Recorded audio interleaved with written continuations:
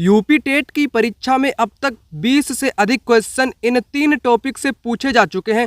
पहला टॉपिक विजयनगर साम्राज्य, जहां से पेपर में हमेशा क्वेश्चन देखने को मिला है, बहमनी राज्य। उसके बाद मुगल साम्राज्य, मुगल साम्राज्य से पेपर में 2 से अधिक क्वेश्चन हर बार देखने को मिले हैं। कुल मिलाकर के इस वीडियो में जो आपको कराने वाला हूं, 3 चैप्टर्स का निचोड़ आपको एक साथ यहां पर करा दूंगा और पूछे गए सभी क्वेश्चन 20 से अधिक क्वेश्चन आप लोगों को PYQ कराऊंगा, ताकि आप लोगों का प्रैक्टिस क्वेश्चन के जरिए और थ्योरी के जरिए आपका रिवीजन हो जाए। तो यह वीडियो पेपर के लिए अत्यंत महत्वपूर्ण वीडियो रहने वाली है, क्योंकि सिलेबस में आपके दिल्ली सल्तनत के राज्य और दक्षिण भारत के राज्यों का उल्लेख किया गया है, जो कि सिलेबस के अकॉर्डिंग टू द पॉइंट बातें मैं आपको बताने वाला हूं, जो पेपर में कहीं ना कहीं आप लोगों के लिए 100% उपयोगी साबित होंगी। और इस वाली वीडियो से 2 से 3 नंबर आपके पक्के हो जाएंगे।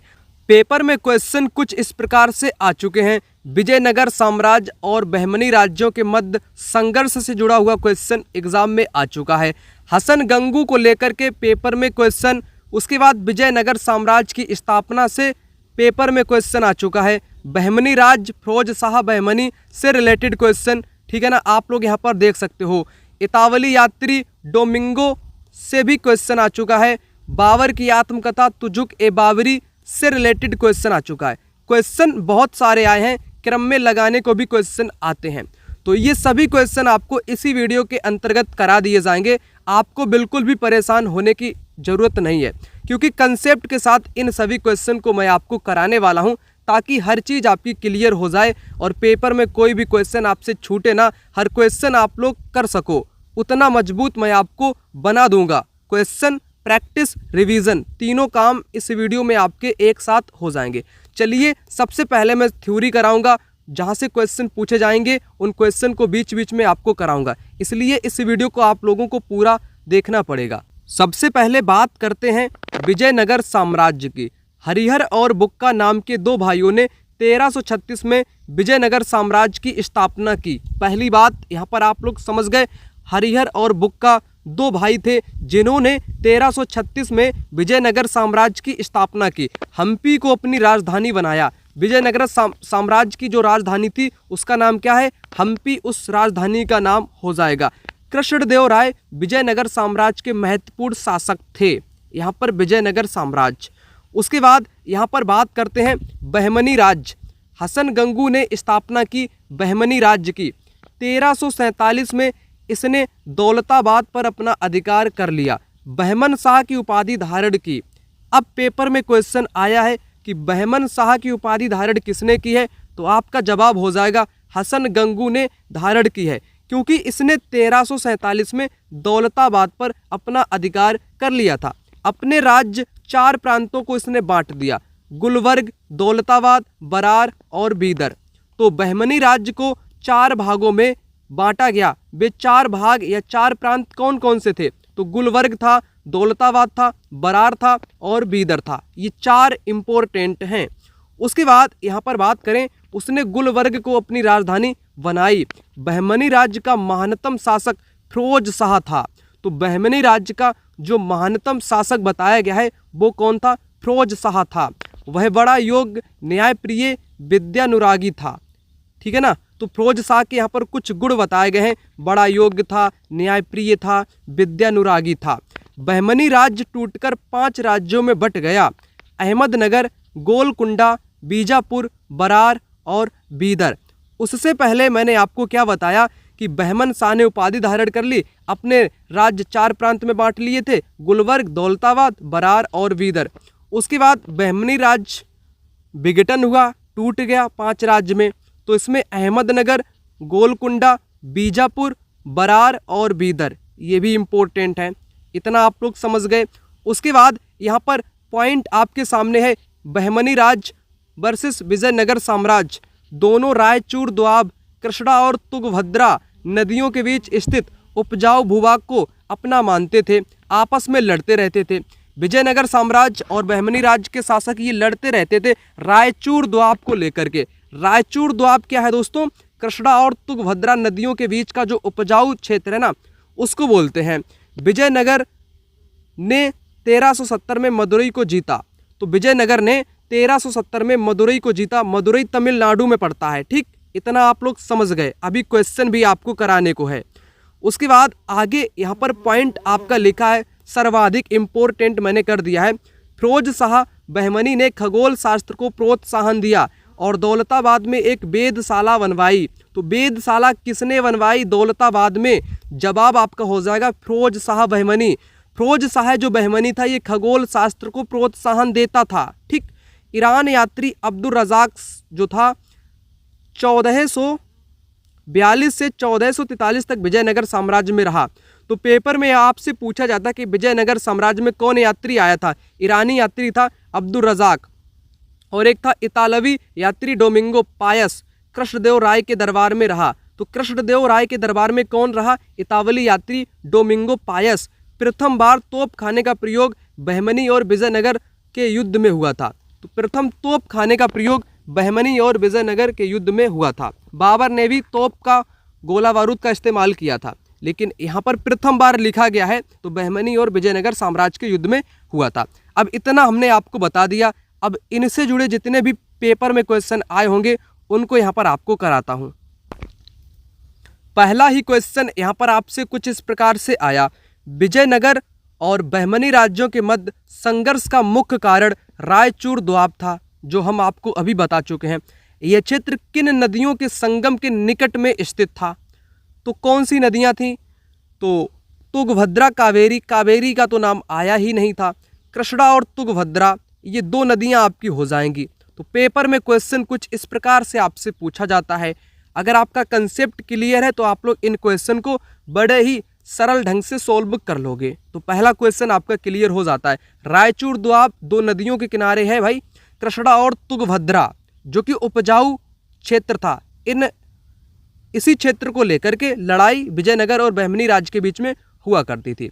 अगला देखो, हसन गंगू ने 1347 में बहमनी राज्य की नींव रखी। उसने प्रशासन को सुचारू बनाने के लिए राज्य को किन प्रांतों में विभाजित किया? क्वेश्चन आपसे लंबा पूछ लेता है। अगर कंसेप्ट क्लियर है तो आप लोग क्वेश्चन को कर पाओगे। ठीक है ना। 1347 की बात की गई है हसन गंगू के टाइम में। गुलबर्ग, बीदर, बरार, दौलताबाद, अहमदनगर। ये अहमदनगर आपका 5 प्रांत में बाद में टूटा था। ठीक, ये यहाँ पर आपका नहीं होगा। ठीक, रायचूर कोई क्षेत्र नहीं था। बीजापुर, बरार, अहमदनगर ये भी गलत हो जाएगा। गुलबर्ग, बीदर, बरार, दौलताबाद, पहला विकल्प इस क्वेश्चन का राइट आंसर यहाँ पर हो जाएगा। बाद में ये 5 में टूटा था। ठीक है ना। अगला देखो, अगला आपके सामने यहाँ पर कुछ इस प्रकार से क्वेश्चन कहता है, विजयनगर साम्राज्य के बारे में निम्नलिखित कथनों पर विचार करें। इसकी स्थापना 1336 में हरिहर और बुक्का ने की थी। ये पहला यहाँ पर करेक्ट दिया गया है। 1370 में विजयनगर ने मदुरई पर विजय प्राप्त की। बिल्कुल विजय प्राप्त की थी। तो दोनों बातें आपकी कैसी हो जाएंगी? दोनों बातें आपकी 100% सही हो जाएंगी। ठीक है ना। मज़ा आ रहा ना आपको अच्छा सा कंटेंट देखने के बाद? अभी बहुत सारे क्वेश्चन कराने को हैं। ठीक, उसके बाद यहाँ पर क्वेश्चन आपके सामने आ चुका है। बहमनी शासक फिरोज शाह बहमनी की वैज्ञानिक अभिरुचि के संबंध में कौन सा विशिष्ट कार्य उल्लेखनीय है? उसने गुलबर्ग में एक विशाल पुस्तकालय बनवाया। उसने दौलताबाद में एक खगोलीय वेधशाला स्थापित की। उसने विजयनगर के विरुद्ध पहली बार बारूद का उपयोग किया। उसने बीदर में एक मदरसा बनवाया। नहीं, बहमनी शासक जो फिरोज शाह बहमनी था ना, इसकी मतलब कि खगोल शास्त्र में इसकी अभिरुचि थी। तो इसने दौलताबाद में एक वेधशाला का निर्माण कराया। पेपर में कल को और पूछ ले कि दौलताबाद में खगोल वेधशाला का निर्माण किसने कराया, तो आपका जवाब होना चाहिए फिरोज शाह बहमनी ने करवाया। ठीक है ना। और जितने भी मित्र पहली बार इस वीडियो को देखने के लिए आए हैं उनको एक बात बता दूं, अभी बहुत कुछ मुझे कराने को है। यहाँ पर जितने भी लोग पहली बार पेपर को देंगे, अधिकतर लोग पहली बार ही इस पेपर को देने वाले हैं, क्योंकि यूपी टेट का जो पेपर आपका हो रहा है ये 4 से 5 वर्षों के बाद में हो रहा है। ठीक है ना। तो इस पेपर को क्रैक करना आपके लिए एक बहुत महत्वपूर्ण जिम्मेदारी आप लोग कह सकते हो। इसको पास आपको करना ही पड़ेगा। अगर मेरे द्वारा आपकी मदद हो सके तो आप पूरा इसका लाभ उठा सकते हैं। देखो, पहली बात जो मैं अभी आपको अपने नोट्स से जो जानकारी आपको बता रहा था, यहाँ पर आप लोग देख लो। ये जो नोट्स आप लोग यहाँ पर देख पा रहे हो, ये notes special UP TET junior level के लिए 6 to 8 के लिए एसएसटी के नोट्स हैं। अगर इन नोट्स को आपने अच्छे से 2-3 बार पढ़ लिया तो एसएसटी तो आपकी बिल्कुल क्लियर हो जाएगी 60 नंबर की। इसमें history, geography, polity, agriculture, home science, music, इन सभी से क्वेश्चन आपके पेपर में आते हैं। इन नोट्स में पॉइंटों को हाईलाइट किया गया है ताकि जहाँ से पेपर में क्वेश्चन आए हैं उन पॉइंट हाईलाइट के जरिए आप लोग समझ सकते हैं कि पेपर में कहाँ से क्वेश्चन आता है। और इन नोट्स में पूरा सिलेबस आपका कंप्लीट किया गया है। सिलेबस आखिर क्वेश्चन आपसे कहाँ से आता है? क्वेश्चन आपसे SSCERT किताब से आता है, यूपी बोर्ड की 6 to 8 से आता है, ना कि NSCERT से आता है। तो उसी का कंप्लीट नोट्स आपको मिल जाएगा। अब जितने भी मित्रों को ये नोट्स चाहिए उनको लेना कैसे है, एक नंबर आपकी स्क्रीन पर यहाँ पर दिख रहा होगा, इस नंबर पर व्हाट्सएप पर मैसेज कर लो या डायरेक्ट कॉल कर लो, मैं खुद आपसे बात कर लूँगा और ये नोट्स आपको प्रोवाइड कर दूंगा। नोट्स का प्राइस 299 रुपये है। जी हाँ, 299 रुपये इन नोट्स का प्राइस है, जिसमें complete social science junior level की आपकी कंप्लीट हो जाएगी। 2 से 3 घंटे के भीतर आप लोग लगातार पढ़ोगे तो पूरा सिलेबस आप लोग ख़त्म कर पाओगे। और इस वीडियो को देखने वाले 2 ही लोग होते हैं हमारे पास। एक तो वो लोग जो सरकारी टीचर हैं, जो प्राइमरी या जूनियर में पढ़ाते हैं, कार्यरत हैं, उम्र दराज हैं, उनको पेपर देना है ना, नौकरी बचानी है। एसएसटी ही अक्सर फेल होने का कारण बनती है। तो मैं उनसे कहूँगा ये नोट्स आप एक बार ले लें और इनको पढ़ लें। 2-3 घंटे में पूरा पढ़ा जा सकता है आराम से, ठीक है ना। और दूसरे वे लोग जो स्टूडेंट कैंडिडेट हैं, जो तैयारी कर रहे हैं, जिनको नौकरी लेनी है, एग्ज़ाम क्वालिफाई करना है, तो वो लोग भी इस पेपर को देंगे और उनकी भी इन्हीं नोट्स से हेल्प होगी 100%। आप लोग यहाँ पर देख पा रहे होगे कंटेंट के साथ मैं PYQ करा रहा हूँ, तो दोनों लोग इन नोट्स को अभी से ले लो और पढ़ लो। टाइम बहुत धीरे धीरे बहुत नज़दीक आता जा रहा है। इस टाइम की आपकी बहुत वैल्यू है, ठीक है ना। इस टाइम को ऐसे ही व्यर्थ मत जाने दो। जो मैं अभी आपको बताया हूँ उनसे जो अभी क्वेश्चन आपको कराने को हैं वो मैं आपको यहाँ पर कराता हूँ, ठीक है ना। यहाँ पर मैंने आपको बता दिया, राइट आंसर बी विकल्प हो जाएगा। अगला यहाँ पर आप लोग देख सकते हो, क्वेश्चन कहता है कि विजयनगर आने वाले विदेशी यात्रियों के काल क्रमिक संदर्भ में अब्दुल रज़ाक किस वर्ष भारत में विजयनगर साम्राज्य में रहे थे? तो ये 42 से 43 में रहे थे। कब? 42 से 43 में आपके अब्दुल रज़ाक रहे थे विजयनगर साम्राज्य में, ठीक। उसके बाद क्वेश्चन आपके सामने है कि इतालवी यात्री डोमिंगो पायस निम्नलिखित में से किस शासक के शासनकाल के दौरान विजयनगर आया था? तो किसके शासनकाल में विजयनगर आया था? कृष्णदेव राय के शासनकाल में आया था। मैं आपको बता चुका हूँ, ठीक। तो विजयनगर या बहमनी साम्राज्य से आए हुए सभी क्वेश्चन को मैंने यहाँ पर आपको करा दिया। इतालवी यात्री डोमिंगो पायस कृष्णदेव राय के दरबार में आया था। अब मैं बात करूंगा मुगल साम्राज्य की। किसकी? मुगल साम्राज्य की। एक क्वेश्चन आपको पेपर में यहाँ से देखने को मिलता है। सबसे पहले बाबर की बात करते हैं। बाबर के पिता तैमूर, माता चंगेज खां के वंश के थे। यहाँ पर पॉइंट ये बहुत इंपॉर्टेंट है, अक्सर आप लोग कंफ्यूज हो जाते हो।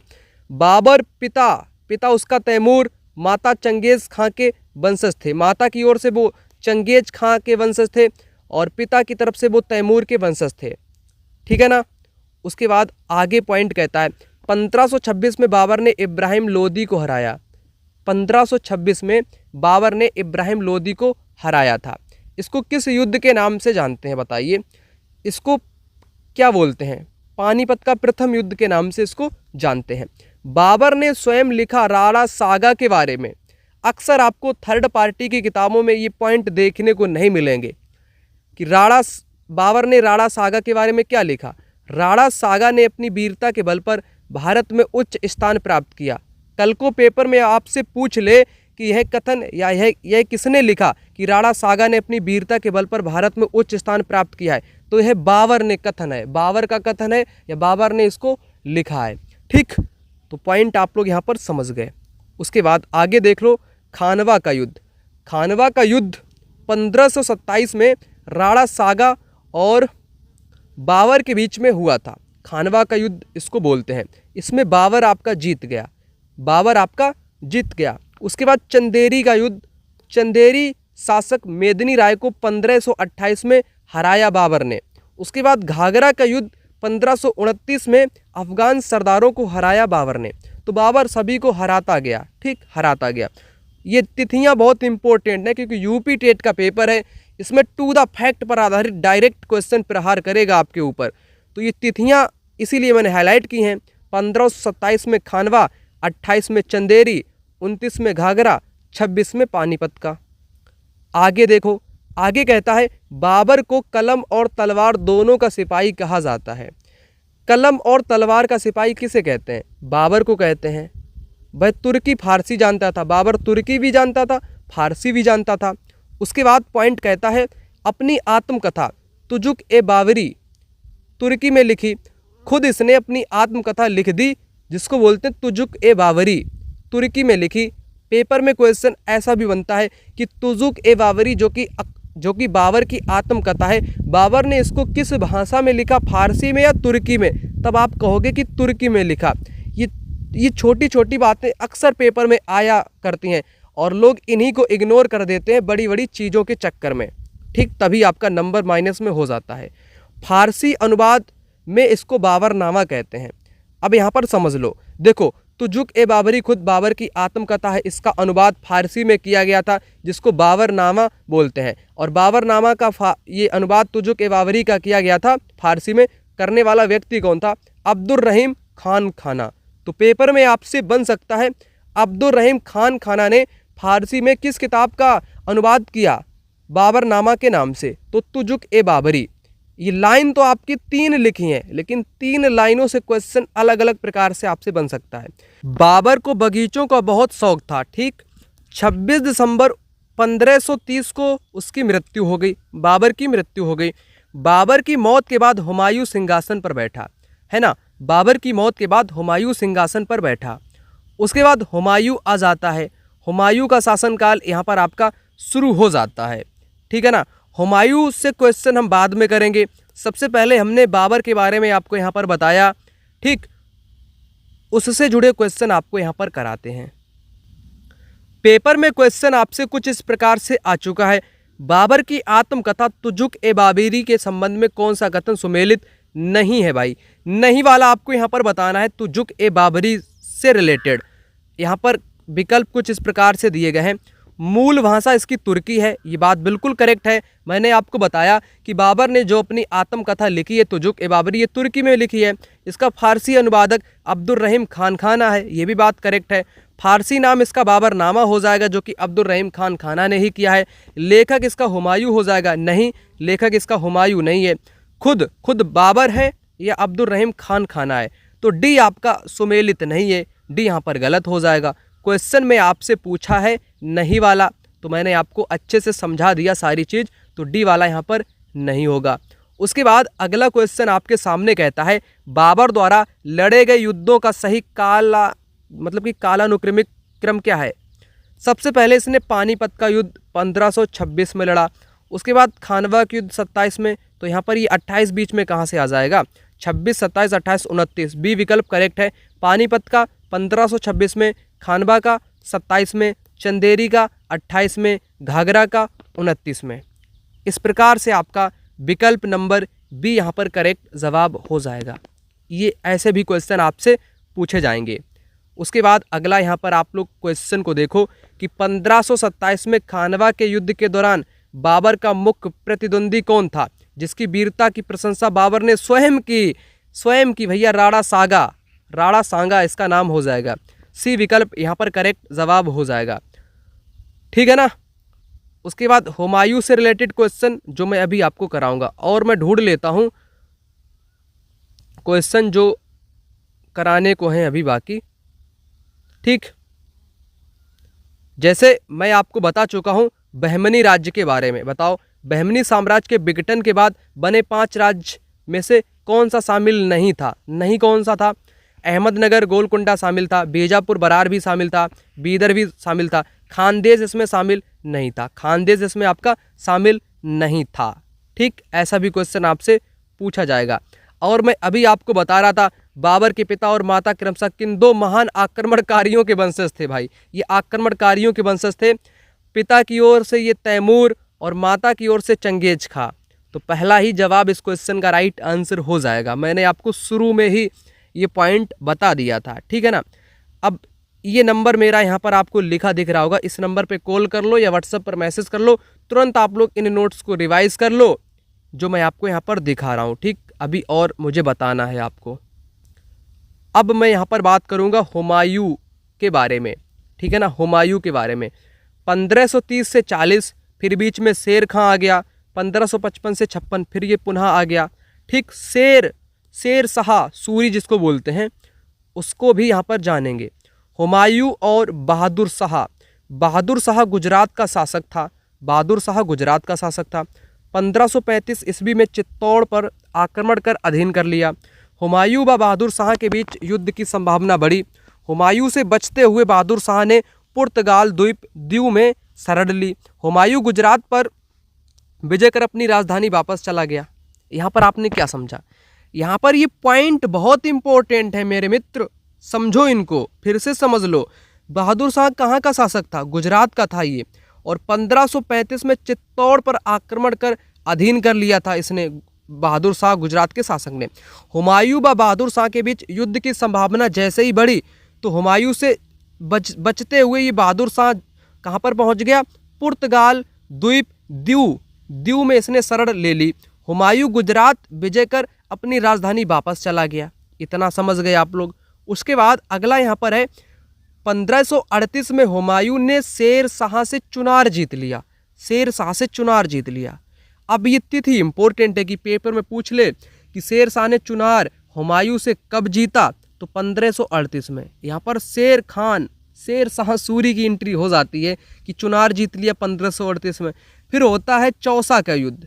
चौसा का युद्ध 1539 में। हुमायूं तथा शेर शाह के बीच भीषण युद्ध हुआ।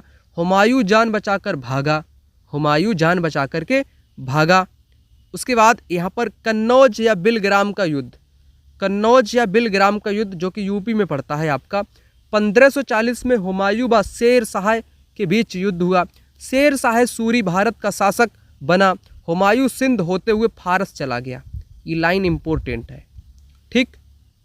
तो मैंने यहाँ पर शेर शाह वाला युद्ध, एक तो चौसा का 39 का है, 38 का आपका चुनार वाला है, चुनार जीत लिया शेर शाह ने। उसके बाद कन्नौज या बिलग्राम का युद्ध 1540 में।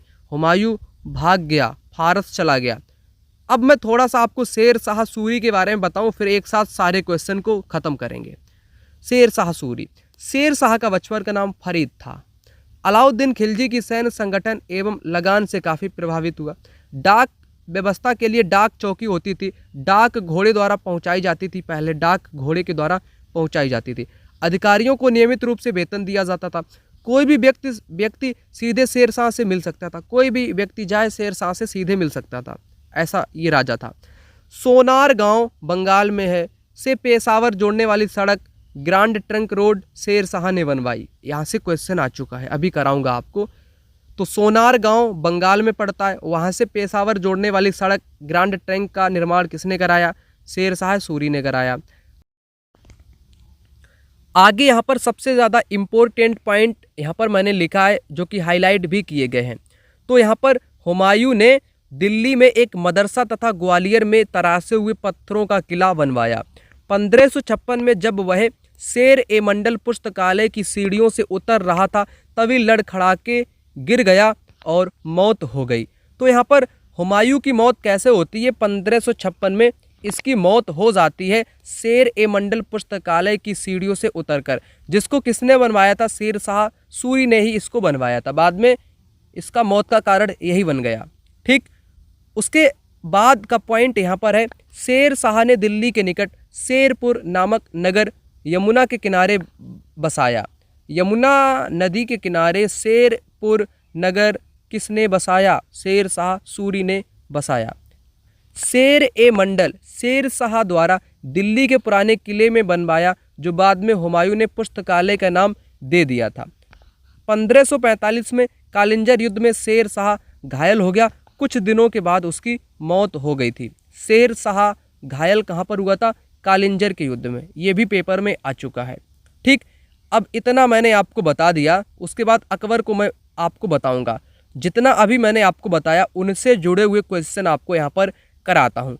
और जितने भी लोगों को ये वाले नोट्स चाहिए जो मैं आपको यहाँ पर करा रहा हूँ, इन नोट्स को आप लोग मज़े से पढ़ सकते हो, बिल्कुल कम टाइम में अच्छा सा कंटेंट और पूरी किताबों का निचोड़, पूरा सिलेबस का निचोड़ आपको मैंने दे दिया है। अब आप इसको अच्छे से पढ़ लो, बस आपका पूरा सिलेबस ख़त्म हो जाएगा सोशल साइंस का। नोट्स कुछ इस प्रकार से रहेगा जो आप लोग यहाँ पर देख पा रहे हो। ठीक, अब मैं बचे हुए क्वेश्चन आपको यहाँ पर कराता हूँ। क्वेश्चन आपके सामने यहाँ पर आ चुका है। हुमायूं ने सैन्य अभियानों के संदर्भ में उसने 1538 में किस महत्वपूर्ण किले पर शेर शाह से विजय प्राप्त की? शेर शाह से विजय प्राप्त की थी 1538 में चुनार का किला। मैंने आपको क्या बताया? चुनार का किला हमने आपको बताया। चित्तौड़ का किला कोई नहीं होगा। ठीक, तो चुनार का किला 1538 की अगर बात की जाए तो हो जाएगा आपका। अगला यहाँ पर देखो क्वेश्चन कहता है शेर शाह सूरी की प्रशासनिक व्यवस्था डाक चौकी के बारे में क्या सत्य है? डाक चौकी के बारे में, डाक ले जाने के लिए हाथियों का प्रयोग नहीं होता था बल्कि घोड़ों का प्रयोग होता था। डाक व्यवस्था केवल वाले अधिकतर गलत होते हैं।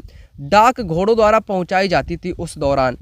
ठीक है ना, ये सी विकल्प आपका करेक्ट हो जाएगा। अगला आप लोग यहाँ पर देखो क्वेश्चन आपके सामने कहता है वह कौन सा युद्ध था जिसके बाद हुमायूं को जान बचाकर भागना पड़ा, अंततः शेर शाह भारत का शासक बना? चौसा का युद्ध, कन्नौज या बिलग्राम का युद्ध, चुनार का युद्ध, सरहिंद का युद्ध? करेक्ट जवाब आपका हो जाएगा ये कन्नौज का युद्ध। ठीक, कन्नौज या बिलग्राम का युद्ध 1540 में हुआ था।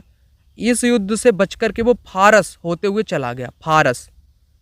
ये करेक्ट आपका हो जाएगा बी विकल्प, 1540 का युद्ध, कन्नौज या बिलग्राम का युद्ध। अगला कहता है शेर शाह द्वारा निर्मित सड़क ए आजम जीटी रोड, जिसको बोलते हैं ग्रांड ट्रंक रोड, इसने सोनार गांव जो बंगाल का है ना, वहाँ से पेशावर के लिए इसने बनवा दिया था। ठीक, ये करेक्ट आपका हो जाएगा सी विकल्प, सोनार गांव से बंगाल पेशावर। सड़क ए आजम भी बोलते हैं, जीटी रोड भी बोलते हैं, जिसको जीटी जी से ग्रांड, टी से trunk road, grand trunk road. अगला देखो शेर शाह सूरी की मृत्यु 1545 में किस दुर्ग की घेराबंदी के दौरान एक दुर्घटना में हुई थी? किस दुर्ग की घेराबंदी के दौरान एक दुर्घटना में हुई थी? तो कालिंजर में हुई थी ना, शेर शाह की मौत कालिंजर में हुई थी। करेक्ट हो जाएगा। अगला कहता है यहाँ पर हुमायूं द्वारा दिल्ली में निर्मित वह भवन कौन सा था जिसे बाद में पुस्तकालय का रूप दिया गया, वहीं उसकी मृत्यु हो गई थी?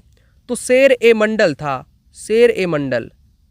इसी की सीढ़ियों से उतरते हुए हुमायूं मर गया था। ठीक है ना, 1556 में। अगला देखो क्वेश्चन आपके सामने कहता है मध्यकालीन भारत में पहली बार तोप खाने का प्रयोग किसके बीच युद्ध में हुआ था? ठीक है ना, ये क्वेश्चन आप क्या कहोगे बताओ? ये क्वेश्चन थोड़ा डाउट में है क्योंकि कई किताबें इसका अलग बताती हैं और मैं भी यहाँ पर आपको दो प्रकार से बताऊंगा। मध्यकालीन भारत में पहली बार तोप खाने का प्रयोग, अगर तोप खाने की अगर मैं बात करूं, मैंने आपको बहमनी और विजयनगर पढ़ाया है, तो किताब में या जो मैंने नोट्स आपको प्रोवाइड किए हैं तो उसमें आपको तोप खाने का प्रयोग मतलब कि सबसे मध्यकालीन में पहली बार अगर बात करूं छोटे स्तर पर, व्यापक स्तर पर नहीं, तो बहमनी और विजयनगर साम्राज्य। अगर बड़े स्तर पर तोप खाने का प्रयोग, गोला बारूद का प्रयोग, तो पानीपत का प्रथम युद्ध बाबर और इब्राहिम लोधी 1526 आप लोग टिक लगाएंगे। लेकिन यहाँ पर ये वाला नहीं होगा, आपका यहाँ पर सी विकल्प हो जाएगा क्योंकि यहाँ पर पहली बार का बात किया गया है। ठीक है ना, ठीक, कंफ्यूज नहीं होना है आपको। अभी हमने आपको ये पढ़ाया ही नहीं है, विजयनगर साम्राज्य आपको पढ़ा दिया है जिसमें भी तोप खाने का प्रयोग हुआ था। ठीक, आगे देख लो आप लोग। शेर शाह सूरी ने लगान और सैन्य संगठन के मामले में मुख्य रूप से किस सुल्तान की नीतियों का अनुसरण किया? अलाउद्दीन खलजी की नीतियों का अनुसरण किया था। बी विकल्प करेक्ट हो जाएगा। हुमायूं के निर्वासन के काल के दौरान उसने सिंध होते हुए किस देश में शरण ली? तो फारस में उसने शरण ली थी। अगला देखो, ये मैंने करा चुका हूँ, बाबर के पिता तैमूर और माता चंगेज खां से ये आक्रमणकारियों के वंशज थे। मैं आशा करता हूँ ये 20 के 20 क्वेश्चन आपको अच्छे से समझ में आ चुके होंगे और जितना भी कंसेप्ट मैंने आपको बताया वो भी आपका कंसेप्ट भेजे में हो गया होगा सेव। ठीक है ना। कोई डाउट, कोई दिक्कत, कोई परेशानी हो तो कमेंट बॉक्स में कमेंट करिएगा। और जितने भी लोगों को नोट्स लेना है तो इसी नंबर पे कॉल या व्हाट्सएप पर मैसेज करके आप लोग इन नोट्स को प्राप्त कर सकते हो और अभी से अपना रिवीजन कर सकते हैं। मैं मिलता हूं अगली वीडियो में, तब तक के लिए जय हिंद, वंदे मातरम।